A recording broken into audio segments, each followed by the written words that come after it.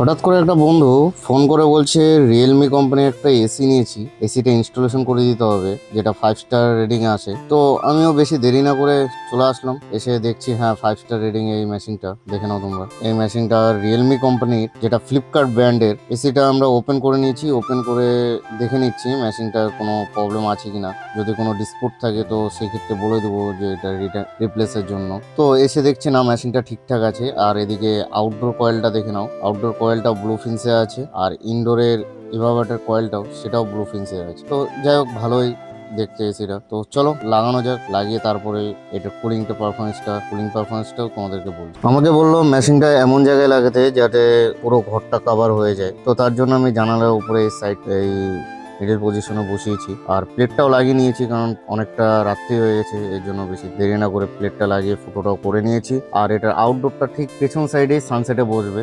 তো দেখে নাও, আমাদের এখানে আউটডোরটা ঠিক এখানে বসিয়েছি, আর সানসেটের মধ্যে স্ট্যান্ড বসিনি, কারণ যদি স্ট্যান্ড বসাই তো সেই ক্ষেত্রে কি হবে, এই যে বাটামটা আছে এটার মধ্যে আউটডোরটা লেগে যাচ্ছে।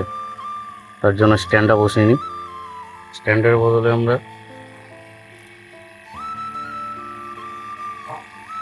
ফাস্টনাট ইউজ করেছি। আর এদিকে পাইপটা দেখো কি নিয়ে গেছি, ব্যাক টু ব্যাক বের করেছি, এটা ঠিকই বেরো গিয়েছে। আর কোম্পানির যে বাকি পাইপটা এখানে রাউন্ড করে দিয়েছি, দেখে নাও।